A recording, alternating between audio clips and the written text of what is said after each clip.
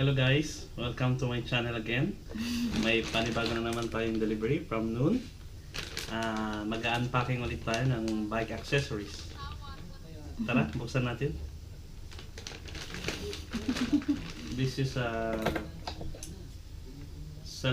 bike cell phone holder. Magagamit ko to ngayon dahil magbabike na naman ako. Papawis. Charan! Walang sound.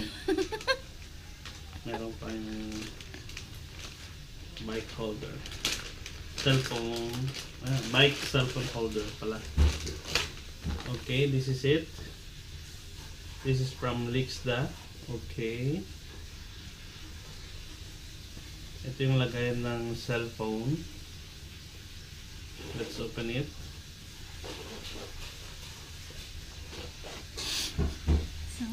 Balikan ito pala siya.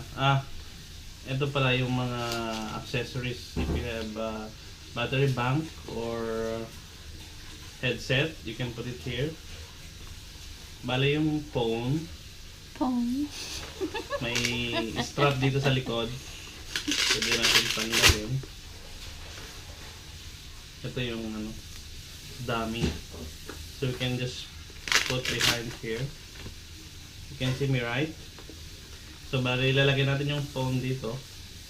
Then we will put the strap on. It will look like this, okay? But I don't have the phone right now. Where's my phone? Anyway, later. My phone right now. Ito, sa kapatid ko kayo. Meron akong assistant. Let's see. This is her phone. Here, okay. This is what it's look like now. Okay, we can put back the zipper on. Then ito yung strap. Nakita nyo, we have 3 strap. Ito yung mapipix sa bike. So, tara, let's fix it. Hello guys, nilagay ko pala yung phone ko. Kanina hindi ko mapagana yung touchscreen niya. Tsaka di ko mabuksan dahil yung proximity sensor dito sa ibabaw nakakaberan dito sa itong parang pinaka shed niya. So hindi ko siya ma-press. So the disadvantage of this one is walang pang press sa gilid, yung press button. So mo lang, tsambahin mo lang na kapain. Okay. Kanina hindi ko magalaw to. Okay, pero ang ginawa ko, okay. Kanina hindi ko mapindot. So ang ginawa ko, hindi ko rin ma-unlock dahil yung proximity sensor nade-detect niya tong covering dito. So pumunta ko sa settings kanina. Then smart assistance. So disable ko yung touch disable mode. So yung yung description niya dito, pag naka-on to, prevent mistaken operations being carried out on your phone when it's in your pocket or bag. So pag once na natatakpan yung sensor sa ibabaw, so hindi siya basta-basta nagbubukas, naka-disable siya. So since may covering to ngayon, ayaw niyang magbukas din kanina dahil meron yung nadedetect nga niya itong takip. So para ma-unlock ko yung phone, i-disable ko yung touch disable mode. And again, nahirapan akong magpindot kanina. So I suddenly see this option, gloves mode. So after switching on this one, napaka-smooth na yung pag-press. So that's the only tip, guys. Pag bumili kayo ng itong bike cellphone holder. So when you're facing the issue in the future, you can switch up the proximity sensor and you can switch on the gloves on under the setting, smart assistance.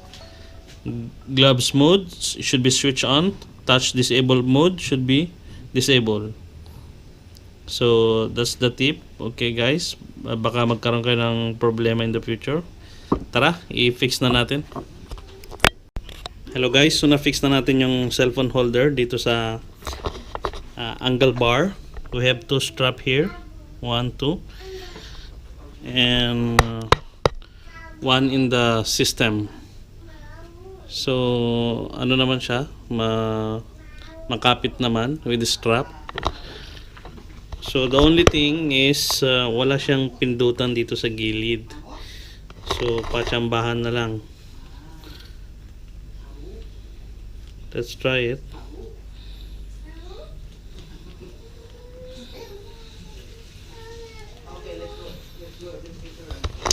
I think you have to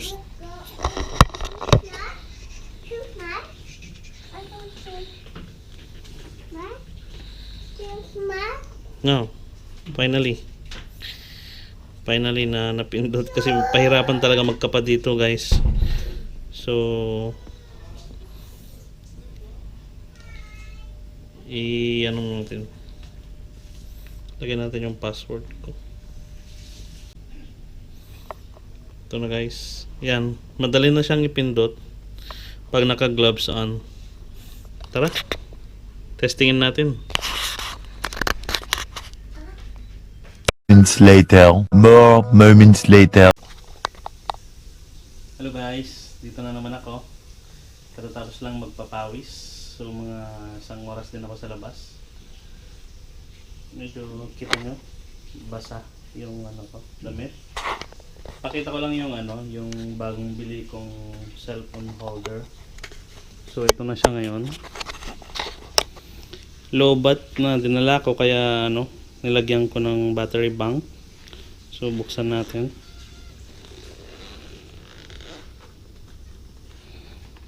Tcharam!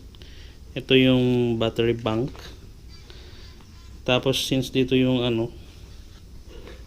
dugtungan ng zipper, may butas din dito para sa either headset or charger. Pasadya talaga. So that's the good thing about this cellphone holder.